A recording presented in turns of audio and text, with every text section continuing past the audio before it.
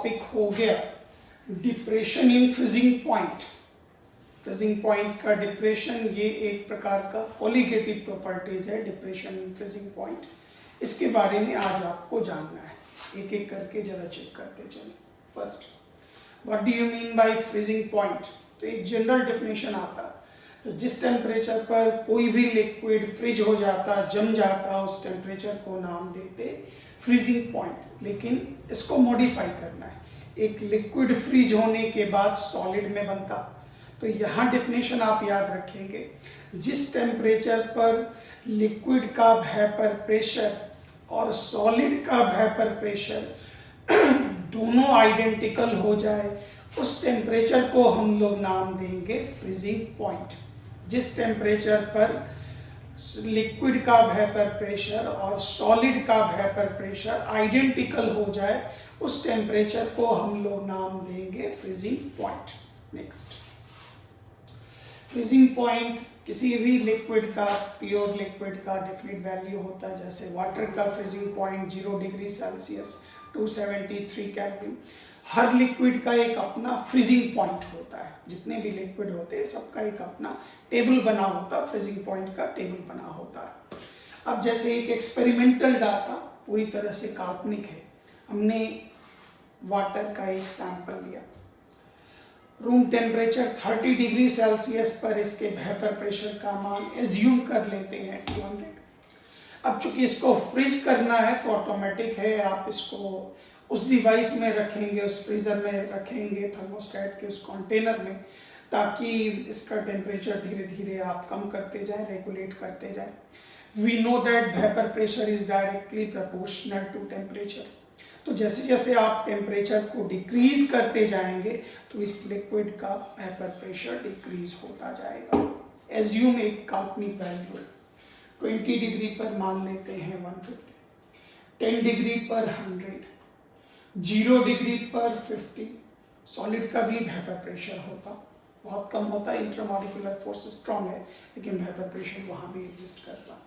तो मान लेते हैं 0 डिग्री पर ये टेम्परेचर पर वेपर प्रेशर 50 जो हुआ वो सॉलिड का। तो इस 0 डिग्री को हम नाम देंगे freezing point of pure water. मतलब फ्रीजिंग पॉइंट वो टेम्परेचर है जिसमें किसी भी लिक्विड का वेपर प्रेशर उसके सॉलिड के वेपर प्रेशर के आइडेंटिकल हो जाता, उस टेम्परेचर को हम लोग नाम देते फ्रीजिंग पॉइंट। नेक्स्ट, ग्राफिकली अगर इसको आप समझें तो ऐसे देखें, ये था वेपर प्रेशर और ये टेम्परेचर। लिक्विड में अभी हम उस जगह पे खड़े हैं 30 डिग्री सेल्सियस पर, इसको केल्विन में भी आराम से कन्वर्ट कर लीजिए, केल्विन में। अब 30 डिग्री सेल्सियस पर जब आप चलेंगे तो याद कीजिए उसके वेपर प्रेशर का उतना वैल्यू है 200। जैसे जैसे टेम्परेचर आप डिक्रीज करते जाएंगे, वेपर प्रेशर डिक्रीज होता जाएगा, डिक्रीज होता जाएगा, डिक्रीज होता जाएगा। और जैसे ही इस टेम्परेचर पर आप पहुंचे तो अचानक आप देखेंगे वेपर प्रेशर में बहुत कमी होती है। जैसे किसी बर्तन में आप पानी लेकर फ्रीजर में डाल दें और थोड़ी थोड़ी देर पर आप उस पानी को निकालते जाएं, तो कुछ समय के बाद एक ऐसा स्थिति आएगी, एक ऐसी अवस्था आएगी जिसमें आपको लगेगा जो इस वाटर के अपर लेयर में एक थिन मेम्ब्रेन ऑफ आइस बन गया, पतला सा बर्फ का एक बहुत पतला सा लेयर बन गया, और अंदर का जो लिक्विड है वो हिल रहा, लेकिन ऊपर एक पतला सा मेम्ब्रेन बन गया। तो ऊपर जैसे ही सॉलिडिफिकेशन हुआ, ऑटोमेटिक है उसके वेपर प्रेशर में बहुत कमी आएगी। तो एक पर्टिकुलर टेम्परेचर के बाद आप देखेंगे वेपर प्रेशर में जबरदस्त कमी आने लगी, क्योंकि लिक्विड के मेम्ब्रेन पर वो एक लेयर बनने लगा, सॉलिडिफाई होने लगा, वेपर प्रेशर डिक्रीज होने लगा। और जिस जगह पर वो पॉइंट कट किया वहाँ से आप परपेंडिकुलर डालें, स्केल लेकर फिर डालें, इसी को नाम देंगे T0F, मतलब freezing point of pure liquid. तो ये हुआ एक्सपेरिमेंट नंबर 1 का पॉइंट। एक्सपेरिमेंट नंबर 2 में आराम से देखते चले, हमने ये प्योर लिक्विड लिया, मान लेते हैं वाटर लिया, इसमें थोड़ा सा नॉन वोलाटाइल सॉल्यूट डाल दिया, थोड़ा सा नॉन वोलाटाइल सॉल्यूट डाला। याद कीजिए, जैसे ही थोड़ा सा नॉन वोलाटाइल सॉल्यूट डाला, तो याद कीजिए इसका वेपर प्रेशर डिक्रीज करेगा, डिक्रीज जितना एग्जिस्टिंग था 200 वो डिक्रीज करेगा। और थोड़ा सा सॉल्यूट हमने डाला तो ऑटोमेटिक है इसकी मोलैलिटी का मान भी जो क्या होगा वो कम होगा। नॉन वोलेटाइल सॉल्यूट के कारण इसके वेपर प्रेशर में कमी आएगी। राउल्ट्स लॉ और में ये चीज पढ़ा चुके, कंप्लीट कर चुके। लिक्विड लिया, थोड़ा सा सॉल्यूट डाला, मास ऑफ सॉल्यूट जो है वो थोड़ा है, कम है, ऑटोमेटिक है मोलैलिटी का मान भी कम है। 30 डिग्री पर वहां याद कीजिए 200 था, यहाँ 180, ऑटोमेटिक है 130, 90। इसको ग्राफ से पहले देखकर वापस डाटा पे आते हैं। वो 200 था, जैसे ही आपने नॉन वोलेटाइल सॉल्यूट थोड़ा सा डाला, वेपर प्रेशर सॉल्यूशन का डिक्रीज कर गया। अब आप टेम्परेचर डिक्रीज करते जाएंगे, डिक्रीज करते जाएंगे, डिक्रीज करते जाएंगे, वेपर प्रेशर जो है आपका डिक्रीज होता गया।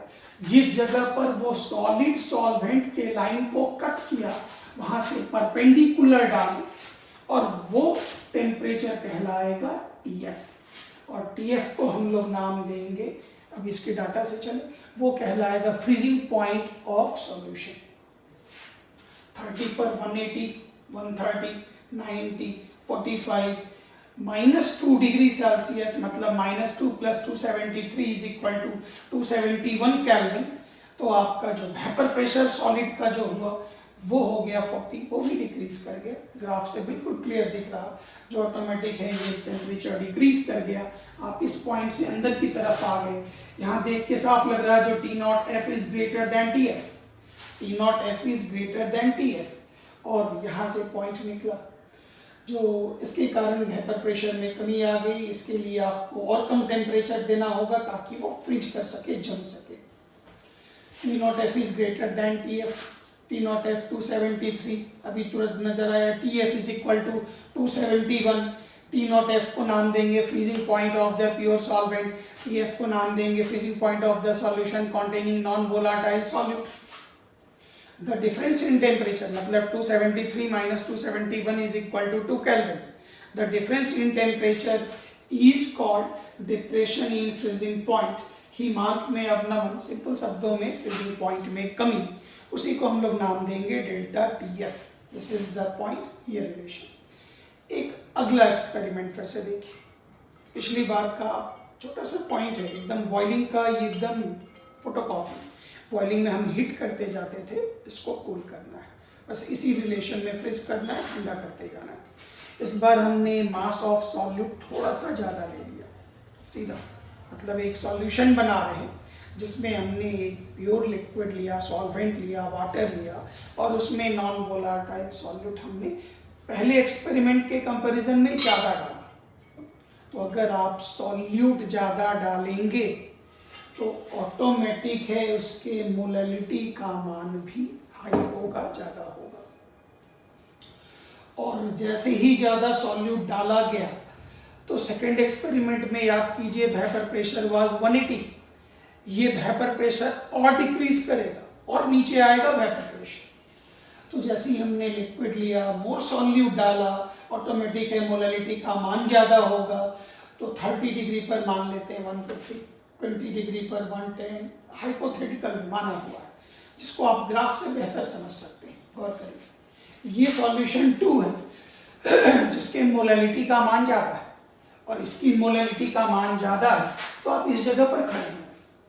जैसे जैसे टेम्परेचर डिक्रीज करते जाएंगे, डिवाइस में रखकर आप रेगुलेट करते जाएंगे, जैसे जैसे टेम्परेचर ऑटोमेटिक है उसके वेपर प्रेशर का मान डिक्रीज होता जाएगा। इस सॉलिड सॉल्वेंट के लाइन को जिस पॉइंट पर कट करेगा वहां से परपेंडिकुलर डालिए, ये कहलाएगा TF, ये कहलाएगा TF। और प्रीवियस डाटा देखें, ये -5 डिग्री सेल्सियस मतलब -5 + 273 = 268। तो 268 केल्विन पर जाकर के ये फ्रीज करेगा और डिक्रीज होता चला गया। तो यहाँ से इंफॉर्मेशन मिला T0F 273, TF 268, the difference in temperature same, उसी का लैंग्वेज लिखा गया जो बोला गया। तो और ज़्यादा आपको टेम्परेचर कम करना पड़ेगा, ठंडा करना पड़ेगा, तब जाके वो जमेगा। और यहाँ पर याद कीजिए एक्सपेरिमेंट 1 में T0F 273 freezing point of pure liquid, experiment 2 में फ्रीजिंग पॉइंट ऑफ सॉल्यूशन 273, और ये तब था जब मोलैलिटी का मान कम। थर्ड एक्सपेरिमेंट में जो अभी हमने किया freezing point of solution 268 kelvin, ये तब है जब मोलैलिटी का मान हाई। इसका मतलब अगर मोलैलिटी का मान लो है, मोलैलिटी का मान लो है, डेल्टा टीएफ दोनों में निकाल लीजिए। याद कीजिए इसके डेल्टा टीएफ का वैल्यू निकला 273 minus 271 is equal to 2 kelvin. यहाँ पर फिर उस जगह पर आप डिफरेंस निकालिएगा, वो मिलेगा 5 केल्विन। तो रिलेशन क्या मिला? डिप्रेशन इन फ्रीजिंग पॉइंट का मान कम होगा जब मोलैलिटी का मान कम, डिप्रेशन इन फ्रीजिंग पॉइंट का मान ज्यादा होगा जब मोलैलिटी का मान हाई।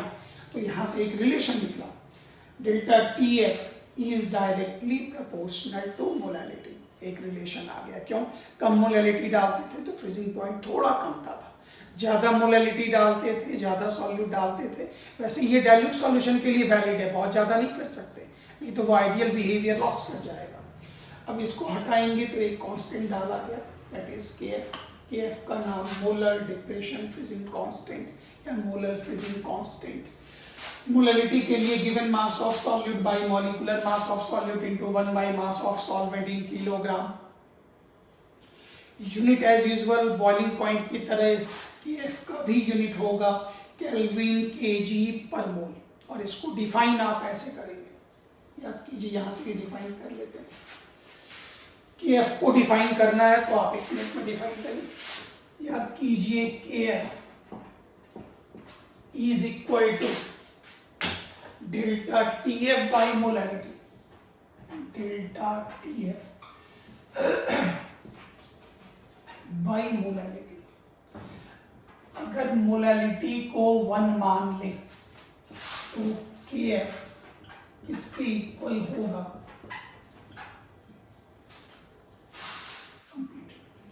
मतलब molar depression constant freezing point में वो कमी है जब सॉल्यूशन के मोलैलिटी का मान 1 हो जाता, या दूसरे शब्दों में आप कह सकते हैं, आप कीजिए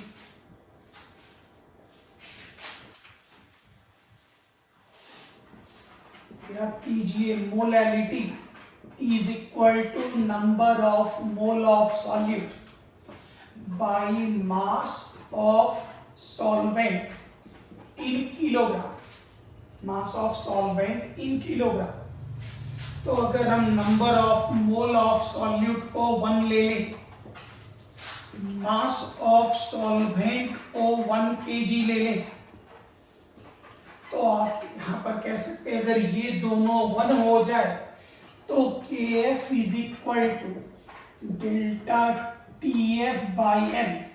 तो ये दोनों अगर 1 हो गया तो M का मान हो गया 1। तो यहां कह सकते हैं किसी भी सॉल्वेंट के 1 kg में, किसी भी सॉल्वेंट के 1 kg में 1 मोल सॉल्यूट को डिसॉल्व करने के बाद फ्रीजिंग पॉइंट में जितनी कमी आती है उसी को नाम देते मोलर डिप्रेशन कांस्टेंट। ये पार्ट आपका डिप्रेशन कांस्टेंट, इसी को हमने डिफाइन किया। जितनी बात हमने बोला वो इंग्लिश और हिंदी में रिटन है, आप आराम से इसको देख सकते हैं। डेफिनेशन खुद से निकाल लेंगे, दोनों डेफिनेशन निकाल लेंगे। ये टॉपिक आपका कंप्लीट हुआ, क्योंकि इस टॉपिक में आपके पास डिप्रेशन इन फ्रीजिंग पॉइंट का था क्लेप्टन, और इसके लिए रीजनिंग और न्यूमेरिकल के लिए हम अलग से आपको न्यू क्लास देंगे। थैंक यू, जय हिंद।